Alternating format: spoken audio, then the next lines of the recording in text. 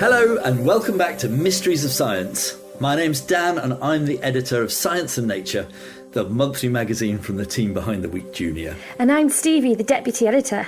This is the podcast where we investigate strange mysteries and puzzling phenomena that have left scientists scratching their heads and, despite their best efforts, remain well and truly unsolved.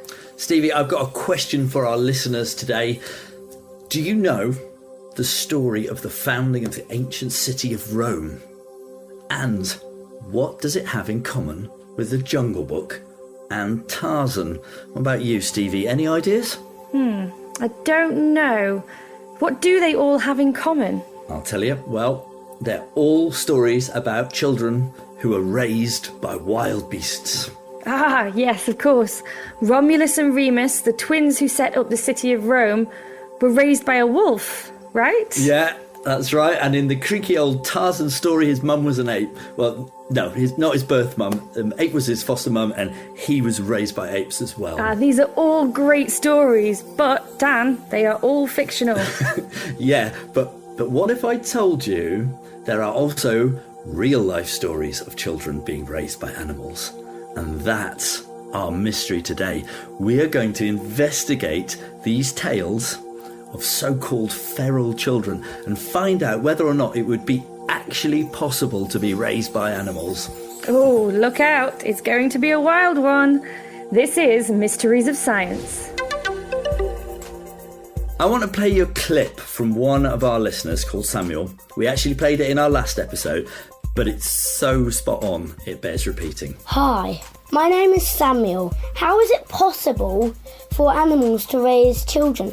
I mean, they can't actually communicate to their children like talking, but I guess they can use sign language, but how would they learn it? I mean, they're only animals, and it just seems impossible. Please, can you answer this question? Bye. Bye. Well, Samuel's absolutely nailed it. If there is any truth to these stories, and this is one of the main questions we have to answer, how could animals and humans communicate with each other? Let's start off talking to Joan Silk. She's a primatologist, which is someone who studies monkeys and apes, as well as an evolutionary anthropologist, which is someone who studies why humans are the way they are. So I got interested in studying animals this way when I was young, and somehow, I don't remember exactly how, I came across the work of Jane Goodall, who studied chimpanzees.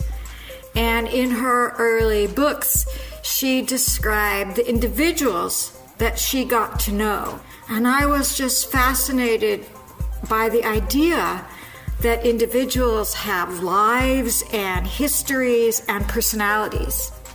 And I just thought that was really, really interesting. So that set me on the path that led to my becoming a primatologist, somebody who studies behavior of primates, and becoming an evolutionary anthropologist. We asked Joan if it was possible for humans and animals to talk with each other. We depend really heavily on language as a means to communicate. But other animals don't have language, but they do have vocal communication. So one of the keys to communicating or understanding what other animals are trying to say has to do with understanding what their vocalizations mean. So we can't talk to animals, I mean, at least not in the way you and I are talking now, Stevie, but there are other ways of working out what they mean by the noises or the vocalizations they make.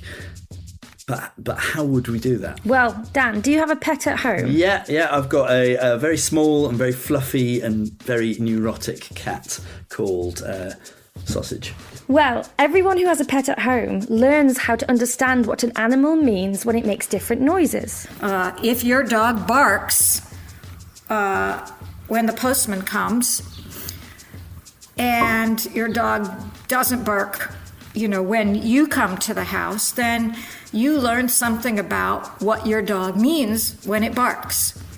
You learn all that. That's basically what people study behavior do. So you can learn about communication of other animals even if you don't share that particular communication. Yeah, I'm buying this. Yeah, so we don't talk with our pets the same way that you and I talk to each other, that other humans talk, but we can still learn to understand them. Yes, and they learn to understand us too. It's not as if only one side is doing the accommodation or the learning. And I found it super interesting how my dog has taught me what she wants. At the same time, I've taught her what I want. We don't always want the same things, but, she's taught me, for example, that when she's lost her ball underneath something, that when she's, I can figure that out, that she's lost something by her behavior. And I didn't know that when we first met, when we first got to know each other, but she's taught me a bunch about what she's trying to say to me. And I've taught her something about what I want when I communicate with her. So I think that our relationships with other animals are a process of this two-way communication. And that's, I think, really, really interesting. So this shows us one way of how humans can communicate with animals and how these stories of wild children might actually be possible. Is that mystery solved? I'm not sure. I'm not sure it's actually mystery solved exactly. I mean, because surely chatting with your pets, chatting in inverted commas, is a bit different to living alongside savage, untamed animals. So I want to see what Joan thinks about learning from and understanding animals like chimps, for example. When you study animals like chimpanzees, which are very similar to us, you also learn that they have gestural communication, so they use their hands and bodies to communicate, and some of these gestures are really similar to our own. So the best example of this is a non-vocal way of saying, "I want some of your food." So how would you do that? If you wanted if somebody had some food and you wanted it, and you wanted to say you wanted it, but you couldn't speak, how would you do that? Well, you hold out your hand with your palm up. And that's how chimpanzees say, I want some food. And that's the same way we say we want some food. Yeah, that's like the chimpanzee equivalent of Oliver Twist, isn't it? Please can I have more? We don't. So it makes total sense that we don't just learn what animals mean from the noises they make, but also from their body language, and particularly when those actions are similar to the ones that we use. In regards to our mystery, I think that you possibly could live with wild animals, and over time perhaps you'd learn naturally what your chimpanzee family was trying to say to you, and they might learn what you were trying to say to them. Yeah, I think that's right. Now, the trick is that the human who's, living in the forest with chimpanzees has to be able to survive long enough to learn this stuff.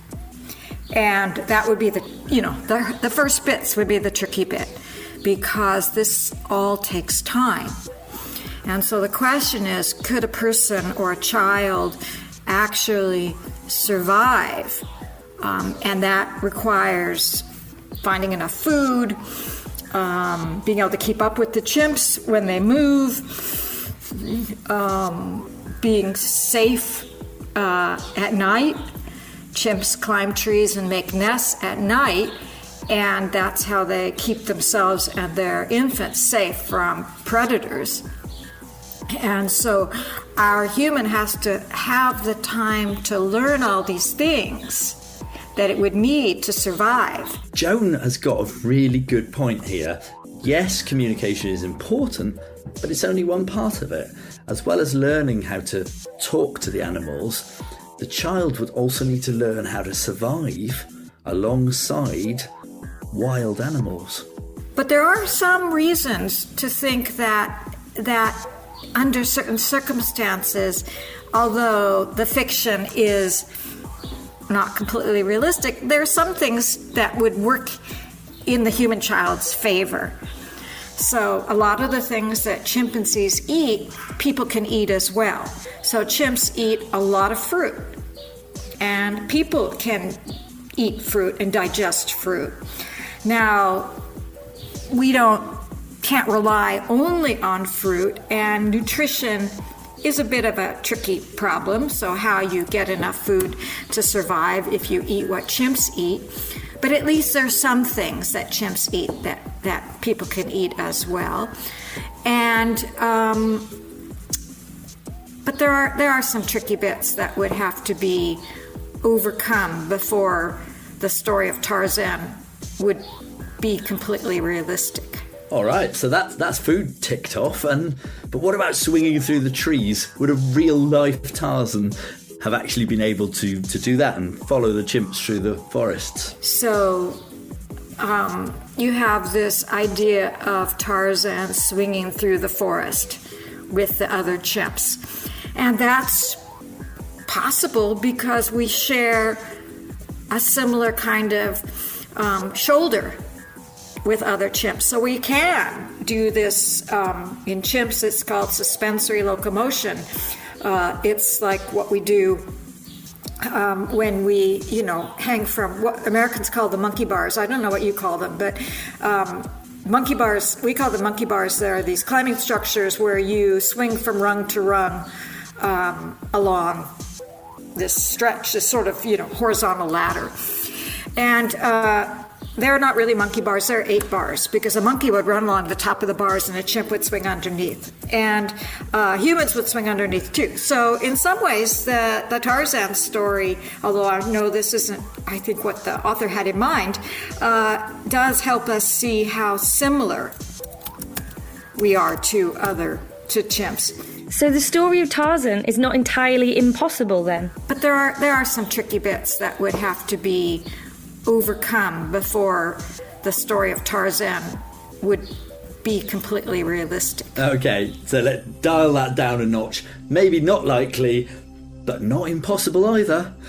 We sort of know how Tarzan might have been able to talk, sort of, to chimpanzees. And through that may have learned how to adapt to their environment, maybe? And, of course, eat some of the same foods. But it's still highly unlikely. Well, now, Tarzan is an entirely fictional story, of course, as you pointed out earlier, Stevie. But all of this reminds me of an actual real-life story about a girl called Marina Chapman.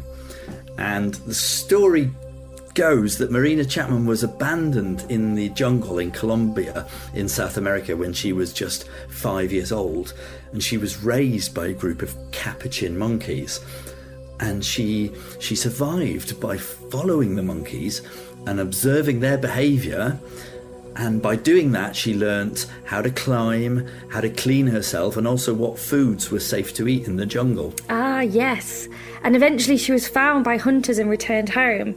So today she lives in Bradford, England with her husband and 2 children.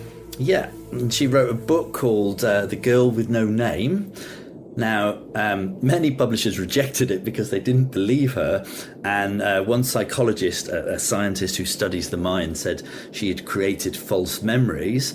However, there actually was scientific evidence that Marina Chapman hadn't had the right nutrition and diet as a child. That's interesting. So what other real-life stories are there of children being raised by animals? And how do we know whether or not they're actually true? Hello, I'm Michael Newton. I'm the author of a book called Savage Girls and Wild Boys, A History of Feral Children. And I teach in a university in the Netherlands, teaching literature and film. And I'm also a cultural historian who writes about the history really of people who don't quite fit in, which is part of why I was being so interested in these wild children. Michael has written a lot about real-life stories of wild children.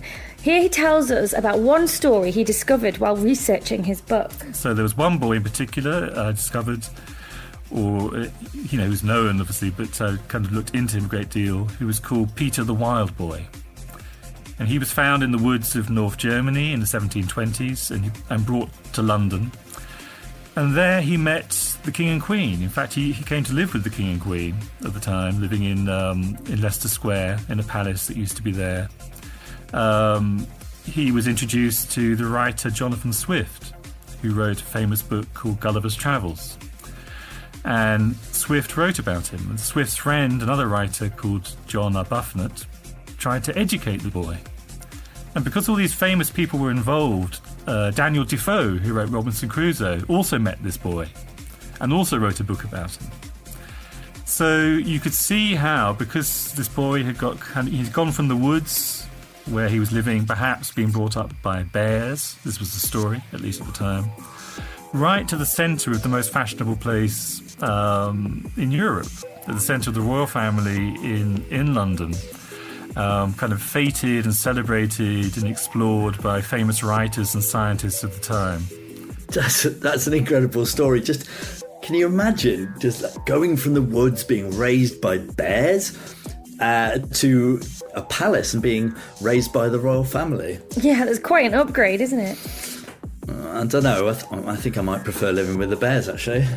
I think the royal family might prefer you to live with the bears too, Dan. Well, either way, Peter the Wild Boy must have been quite a curiosity in his time. He was, and his story made people become interested in feral children more generally, and particularly how they communicated.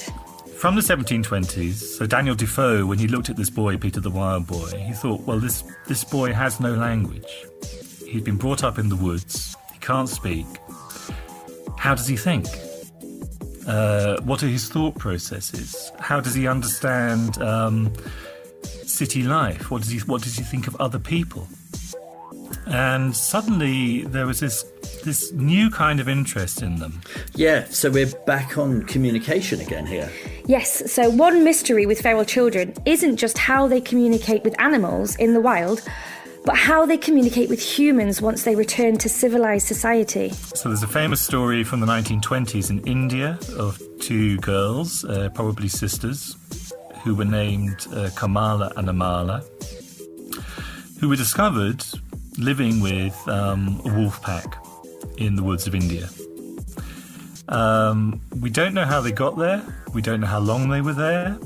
Again, because they didn't have language to tell us. I'm sensing a theme here. Yeah, exactly. Even though there's evidence of kids being found in the wild, what exactly happened to them while they were there is unclear, because the kids themselves are either unwilling or unable to say. They don't have the language, perhaps because they've been learning to communicate with animals instead.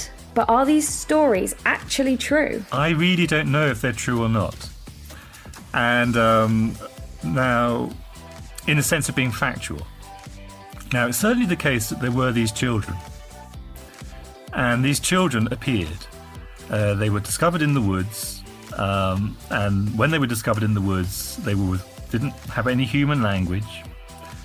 And people studied them, and they painted their pictures, and they wrote books about them, and they interviewed them. And there are dozens and dozens of witnesses talking about these children.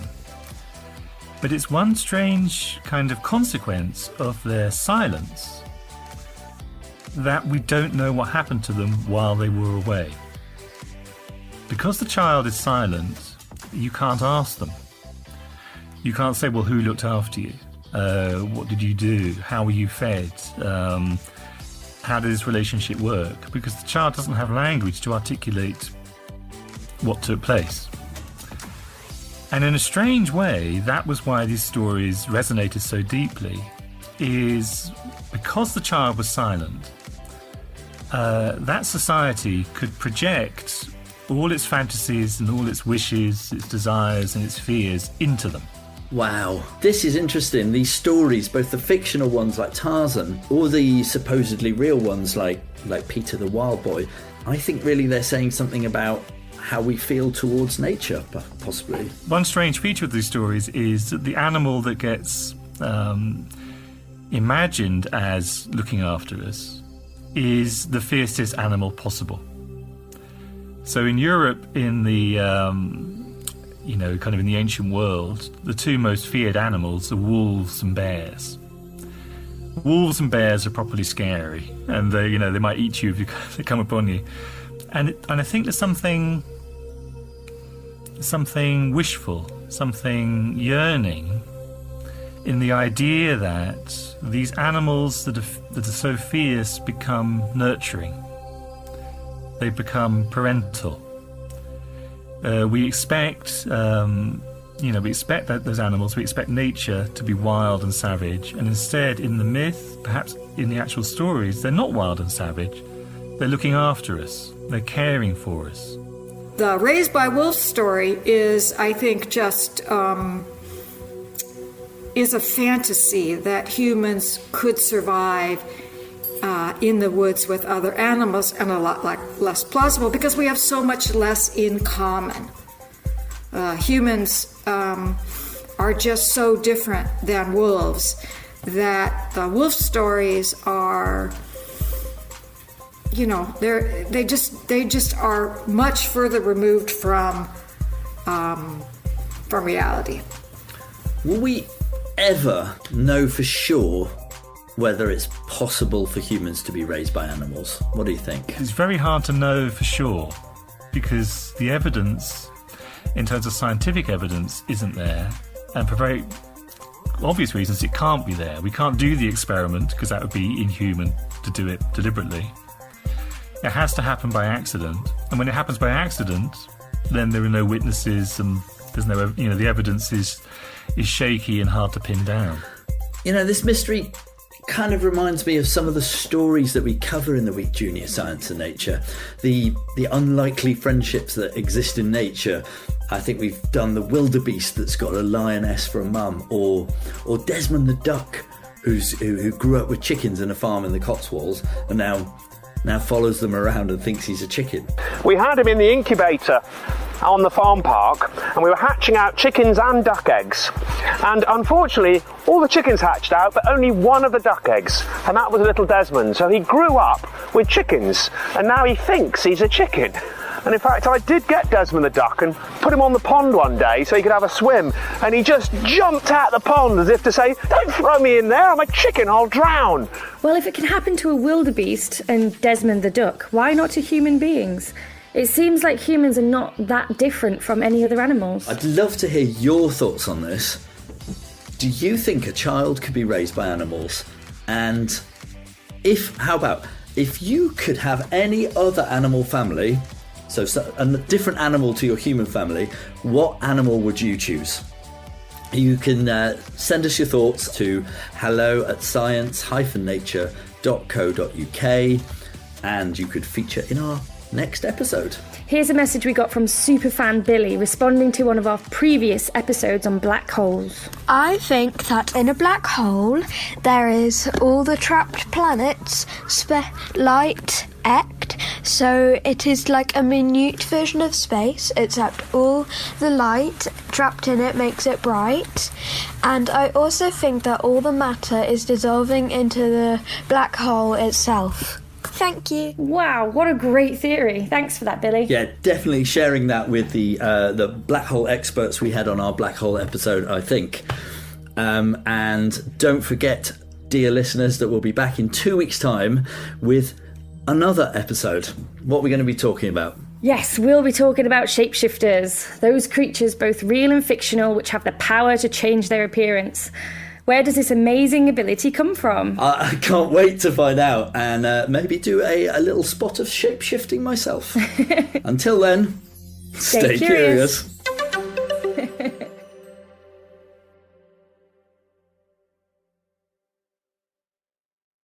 Thanks for listening to The Week Junior Show, which is made by the same people that make The Week Junior magazine. You can get a free trial of The Week Junior by heading to theweekjunior.co.uk/podcast and using the code podcast at checkout.